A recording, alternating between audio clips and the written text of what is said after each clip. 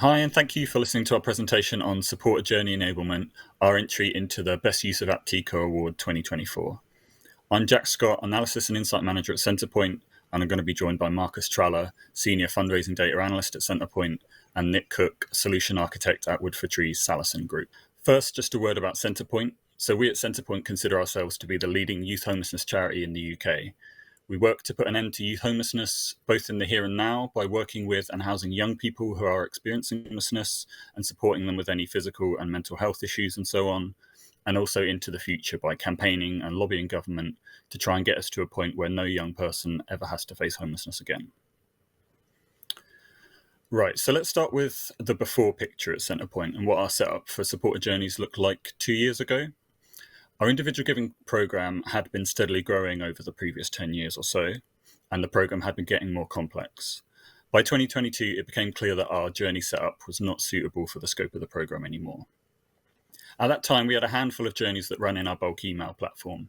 These automations were just for emails, and getting supporter data into them required weekly selections to be run in SQL, exported to Excel, and then handed over to a fundraiser to import into the email platform.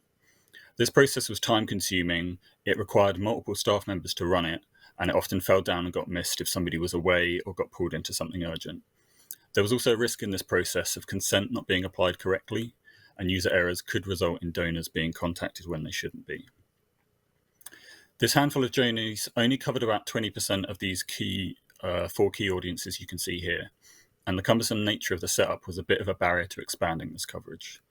So at this point, we chose to adopt Apteco software as the solution to this problem and to a couple of other problems with our selection processes in general.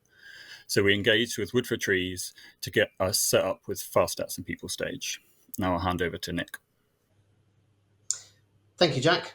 So once the team at Centrepoint had migrated their selection process over to fast stats, the next thing they wanted to tackle was the migration of the journey for their flagship product, Sponsor a Room. This was key to them, as this as a product alone brings in over 10,000 new supporters each year. So clearly the key vital first part to make the move over to people stage. They sought our advice to help them build this first journey for them, with the ambition to hand this over to them once complete, so that they could see how this is built, maintain that one, and then build future journeys, as you'll see later on in the presentation. The existing journey in the email service provider was email only. So we took this opportunity to make further amendments to this journey as we migrated it. This being including mailings into the second half of the journey, refreshing the content of some of the emails, and also making some of the selections more complicated. Now we had the right tool to achieve this job. One example of this, due to the ability to include calling and mailing files into the journeys, was Centrepoint wanted to add a welcome call in certain scenarios of this journey. So as we can see, we've got some general exclusions and some sponsor a room specific exclusions for this journey. The complex part came to the inclusions. So as we said before, we wanted to have a scenario where some people were going to get a welcome call. This group of people were new regular givers for the sponsor a room product, but they must have phone consent and came from a face-to-face recruit. Due to People Stage's powerful grouping capability, we were able to easily apply this segmentation. So as we can see, the very first thing we do is take out our new cash supporters, and these bypass the welcome call. And then we have a group section of inclusions for phone consent and face-to-face recruits, and then a segment for the regular givers. And these people then go on to get their welcome call. But then we finally, due to People Stage's dedupe, we're left with the remainder, which is our remaining regular givers who don't have either phone consent or weren't a face-to-face recruit. Now, obviously, the cash supporters and these remaining regular givers go to the same location, but we split these out into two different segments so that later on in the journey, we can utilize which segment they came in to make further decisions in that journey. I'll now pass over to Marcus to tell you some results about this journey and some other campaigns. Thanks, Nick. So this was the first time we were able to view the results of any journey that we had. And I'm going to look specifically at the open rate and click rate for both of these. So compared to the old journey outside of People Stage and the new journey, the first email had a much higher open rate, This is just due to consistent timings and the emails being sent out exactly when we want them to every week. You can see later on in the journey, the open rate was a bit lower. This is due to the adjustment of some email copy. And you can see the same mixed results with the click rate. But yeah, this is just to highlight that this is the first time we've been able to analyze the actual results of any of these journeys and allows marketing teams to make any adjustments. So after this sponsor room journey was built by Wood for Trees, we built a standard regular giver journey completely in-house. So this is a lower value monthly donor product. As you can see, there's many facets to this journey. It's quite complex, takes several months, and has a mix of phone calls, mailings, and emails. And here's just an outline of it. And the results of this journey, again, we can compare the open rate and click rate. The open rate was higher throughout the entire journey. Again, this is just due to the timings of every email being sent out exactly when it's supposed to be.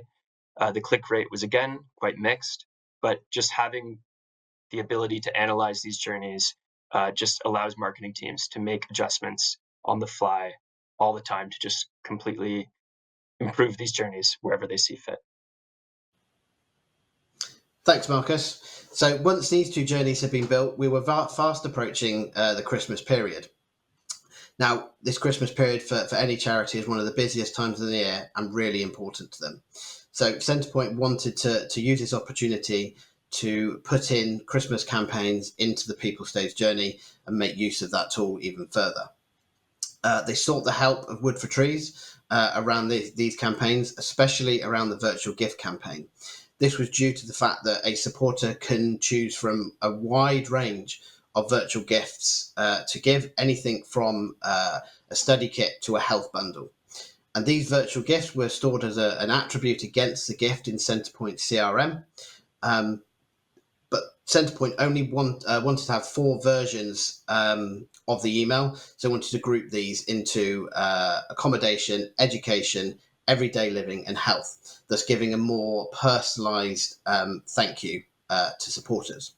But we also only wanted 1 version of the email. So you can see here, if we were to do this, we'd have various different copies of that email. And obviously, if we had to change some of the content of this, we'd have to change it in all of the different copies. So we use FastStat's powerful expression and on-the-fly aggregation capability to achieve this. So we aggregated those gift attributes back up to the supporter level and then used an expression with a case statement to group the various different types of gifts into their associated categories. So accommodation, education, everyday living, and health. This was then converted into a field for the virtual gift category, which is uploaded to the email service platform to be used within the content. This then meant that we just get 1 email within the platform with 4 different middle sections of the email that will get replaced depending on which virtual gift category got uploaded for that supporter. And the really important thing here is that means that each supporter is getting an email that is actually thanking them for their gift and actually is personalized onto the type of gift they bought, that shows them kind of where their donation has gone towards, and hopefully leading to further supporter engagement of that supporter as they continue their life with Centrepoint. I'll now pass back to Jack and Marcus to tell you about some other journeys.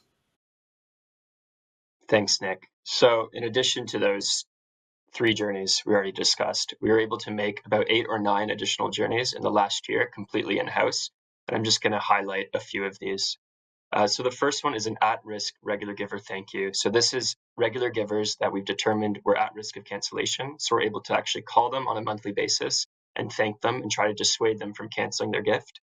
We also have a legacy hand raiser journey. So this is specifically people that have expressed interest in leaving a gift to Centrepoint in their will. So 20 people have actually pledged that were part of this journey. And that is a potential value of over £300,000 to Centrepoint in the future.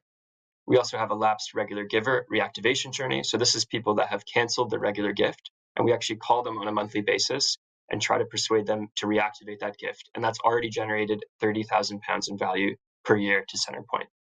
We also have a post-upgrade stewardship journey. So these are people that have upgraded and increased their regular gift, and we just thank them very specifically for that action, since it's so important to us. And finally, we have an in-memory donor thank you journey. So this is people that have left a gift to Centrepoint in memory of someone that's passed away, And it's just really important to have a very sensitive and custom thank you for these people, since it's such an important type of giving to us. So this is all to say that without the use of Apteco and PeopleStage, we would not have been able to have these very customized and personable journeys, which have just added a lot of value to Centrepoint. Thanks, Marcus. So let's remind ourselves of the picture of the coverage of these key audiences under our old setup 2 years ago. And now, after all the work we've just talked about, coverage has increased here to 40%. So getting on towards half of these vital supporters being kept regularly up to date with our work, keeping them in touch with the cause. And all of this is happening every day without manual intervention. And we can be confident that the right supporters are being selected and we're contacting them in the way that we think is best. Over the last year, we've sent twice as many emails to twice as many supporters as we had in the final year under our old system, and we're seeing all those benefits of the journeys that Marcus has just outlined. Just as importantly, having this software and the skills in-house to use it effectively means we've got the capacity to keep building journeys and working with our fundraising teams to expand this coverage further, and making improvements to our journeys to ensure that we're always speaking to our donors in a way that makes sense to them at the times that they want to hear from us. And that's important because obviously without these supporters, we can't tackle youth homelessness. That's all from us, and thank you for listening. Thanks.